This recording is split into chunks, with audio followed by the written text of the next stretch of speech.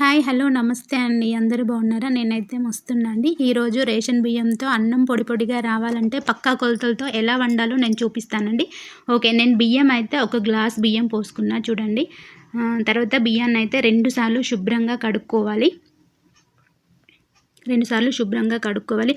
అందరైతే మామూలుగా అన్నం మెత్తగా అవుతుంది, మంచిగా అయితే లేదు, దొడ్డు దొడ్డు అవుతుందని ఏవేవో అంటున్నారండి. అసలు అలా ఏం కాదు. ఇలా వండుకుంటే అన్నం మంచిగా పొడి పొడిగా వస్తుందండి. లేదంటే గంజి ఎక్కువ వెసరు పోసుకొని గంజి వంపుకోవాలి, అట్లయితే మంచిగా వస్తుంది అంటారండి.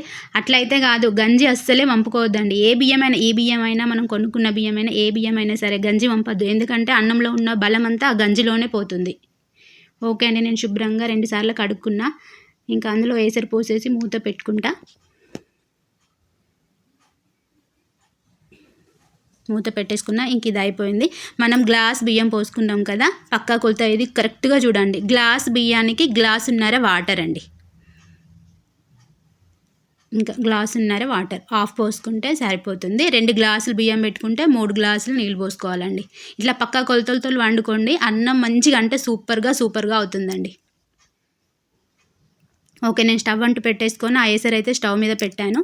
ఇంకా ఏసరు వచ్చినాక బియ్యం వేస్తే అయిపోతుంది. ఓకే అండి, మనం ఎసరు పెట్టిందైతే ఎసరు వచ్చింది.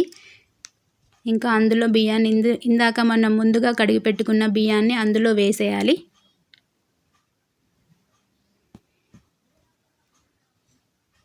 అన్నం పొడి పొడిగా ఉంటే ఏ కూరతో తిన్నా టేస్ట్గా ఉంటుందండి. మెత్తగా అయితే అసలు ఏ కూరతో తిన్నా టేస్ట్ ఉండదు.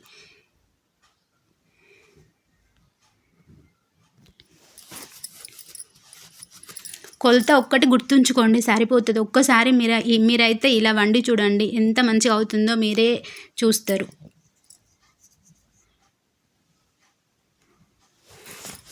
ఓకే అండి, బియ్యం అందులో వేసుకున్న తర్వాత ఒకసారి కలిపేసుకొని మూత పెట్టేసుకుంటే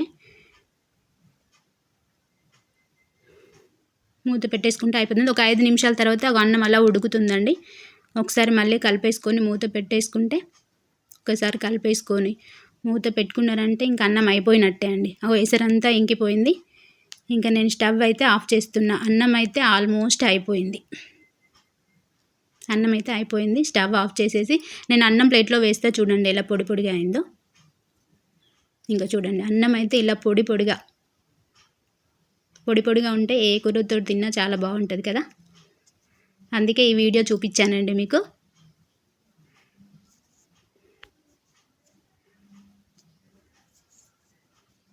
ఎప్పుడూ అన్నంలో గంజి వంపొద్దండి. అన్నం ఆడికాడికే పెట్టుకొని తినాలి. ఎందుకంటే అన్నం గంజి వంపితే ఆ గంజిలోనే పోతుంది అన్నంలో ఉన్న బలం అంతా, ఇంకా మనకేం రాదు.